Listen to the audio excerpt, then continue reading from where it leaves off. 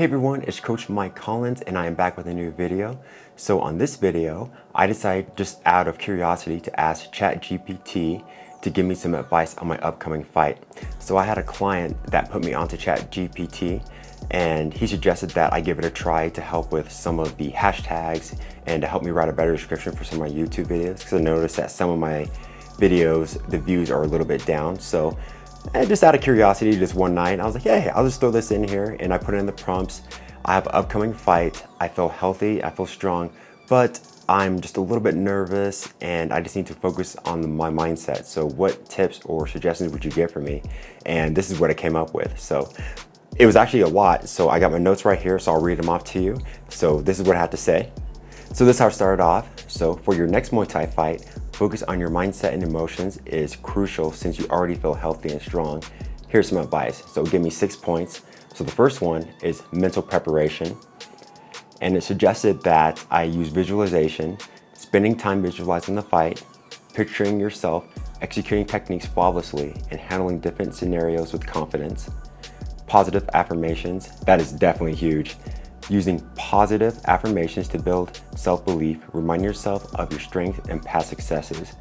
And that's actually really good advice because I had a good fight on my previous fight. I did really well. The first round, I was a little bit flat, but the second round, I definitely took control and did the things I wanted to do. And I came forward because I'm a little bit more of a counter striker. So this time, for this last fight, I actually came forward a little bit more and my friends and my coaches were really impressed by that. So that's actually really good advice.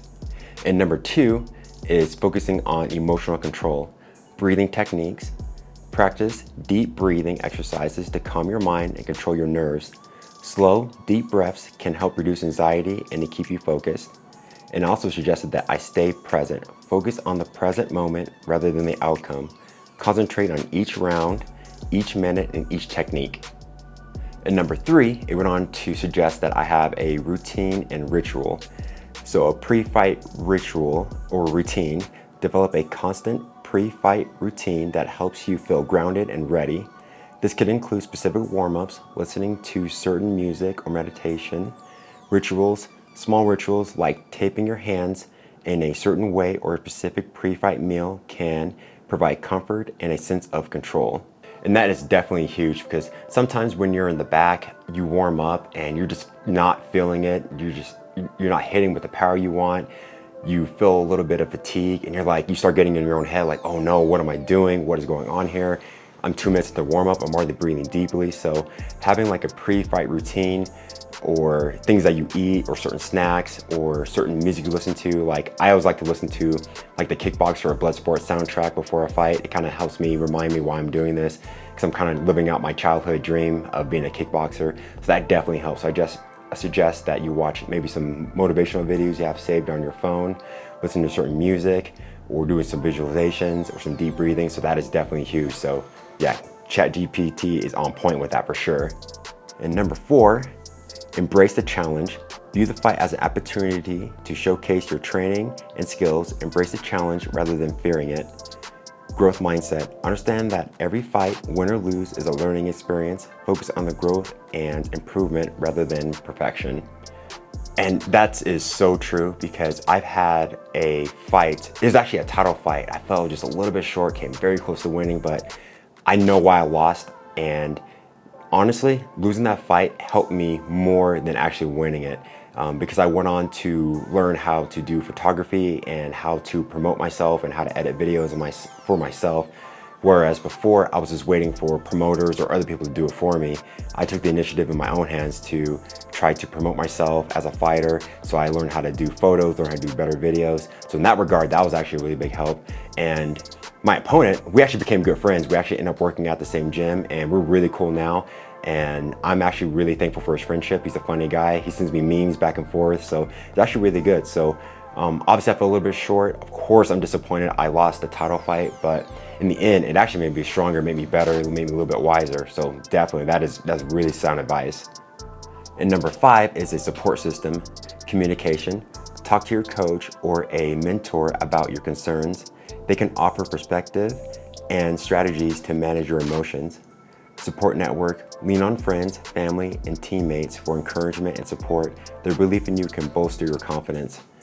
And that is so true. And for this camp, I recruited some of my old training partners, and they came in and we got some really good rounds in, and they were just really encouraging. They gave me a lot of sound advice. And what's interesting enough, I brought in 3 different people, and all 3 people were basically saying the same things. They're like, yeah, you should do this technique, or you should throw the knee this way, or throw the cross this way. So it was really reassuring having that support group, and all 3 of them, and they weren't even communications with each other. They were all basically saying the same thing. So that was really, really helpful for me for sure. And the last one is number 6, focusing on strategy, game plan. Have a clear game plan for your fight. Knowing your strategy can provide a sense of purpose and direction during the fight. Adaptation. Be prepared to adapt your game plan if needed. Flexibility can reduce anxiety if things don't go as expected. And this is so true. This actually happened to me during my 5th fight. I was watching a lot of Conor McGregor fights, and he had the kind of hands down kind of karate style. So I thought to myself, I was like, hey, maybe I'll try this for this fight. And that's not the normal way I fight, and boy, did I pay for it.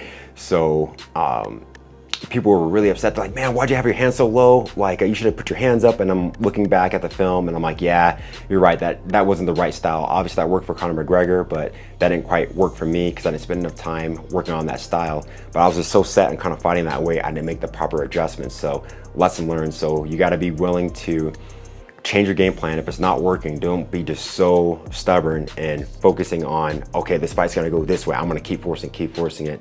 There's gonna be times when you need to just say, okay, this is not working. Just abandon that game plan and just find a way to win. So that is really, really sound advice. And to sum it all up, it said, remember, a strong mindset is built through consistent practice and self-compassion. Trust in your preparation, stay focused on the present, and embrace the challenge. So, wow, that was really, really shocking. I was not expecting that. Again, I just kind of just put it in there as a whim, just out of curiosity, just to see what it would come back with. I halfway just expected just some platitudes like, oh, you're gonna do well, just fight brave, be strong, be confident. But that was some really sound advice. I mean, that's basically something that my friends would say, my coaches would say. And what I really liked was the support system, because a lot of people don't realize that fighters actually are kind of fragile on their inside. We might have this rough, like muscular and like intimidating physique, or this like stone cold demeanor, but honestly, deep down, a lot of people won't admit this, but fighters are actually insecure because we're worried about losing. We identify as a fighter, so if we lose 2 or 3 fights in a row, our identity is really shaken, and our confidence.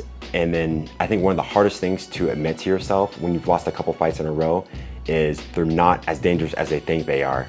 So that's kind of a tough pill to swallow. And when you're just not feeling confident, you just don't feel like yourself.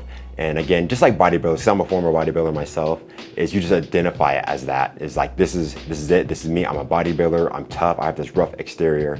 So that is really, really good sound advice.